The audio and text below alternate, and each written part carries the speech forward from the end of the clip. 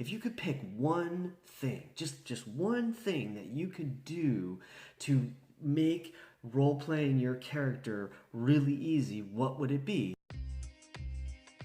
Greetings gamers and welcome to DnDaily number 152.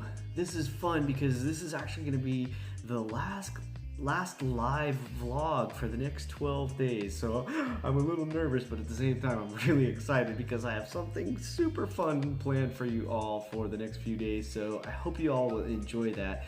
Tune in tomorrow when it kicks off. All right, so today I had this thought in my mind all day about D&D role-playing, and I just had this one idea, and I was thinking, like, if you could pick one thing, just one thing that you could do to make role-playing your character really easy, what would it be? And what was in my mind while I was thinking about this is, like, just pick one thing as sort of a hook for your character. That one thing could be, the easiest thing I think would be to pick like a fear. So what is your character afraid of? Because that one thing, just knowing that one thing could really help you tap into making this character more fleshed out, more interesting, more dynamic and deep. Because if you know what a person is afraid of, well, whenever that comes up in the game, it's a really easy thing to have some fun and play around with. You know, maybe, and I would choose to pick something obvious because, you know, maybe it's something like spiders.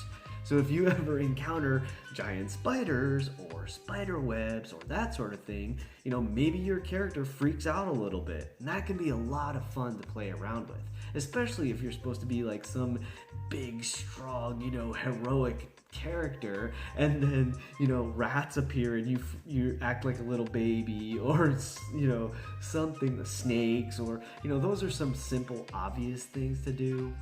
Another thing you could do if you just want to pick like just one thing to hook on, you could also pick what the character loves. That's just as easy. Like if they have a real passion or love for something, that can turn into something really easy to role play as well, because you can choose something like, maybe, especially this would work, I would think, like, let's say you pick a dwarf, and your dwarf has this like absolute passion and love for wood carving, you know, and maybe they begrudgingly admit that, well, maybe some elves actually have a little bit of skill at wood carving or something. You know, that makes for something really fun, dynamic, and almost a little silly that you can tap into. And, you know, when the moment arrives in your game, have some fun playing with the other players and, you know, riffing with them for different you know, silly ideas.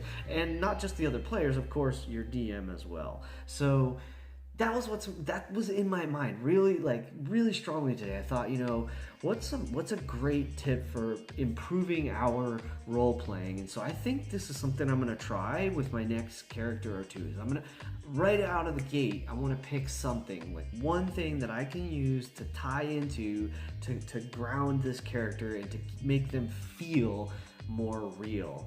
So I think that'll work pretty nicely. Obviously, if you flesh out a whole backstory, that's way beyond. But if you're ever stuck, like, that I think is something that is really easy to start with and see where that goes. That might lead into a whole backstory. So try it out, let me know what you think, and I will be back, not tomorrow, but tomorrow there will be another vlog, and I can't wait for you guys to check it out. So, starting tomorrow, you got this 12-day mini-series. I'm super excited to hear what you all think. I will also try to sneak in a few extra, maybe some special video vlogs in the meantime, just because, if I can get good enough reception and service. Also, I hope to see you at a table someday. Keep rolling 20s until then, and remember, it's your game, play your way.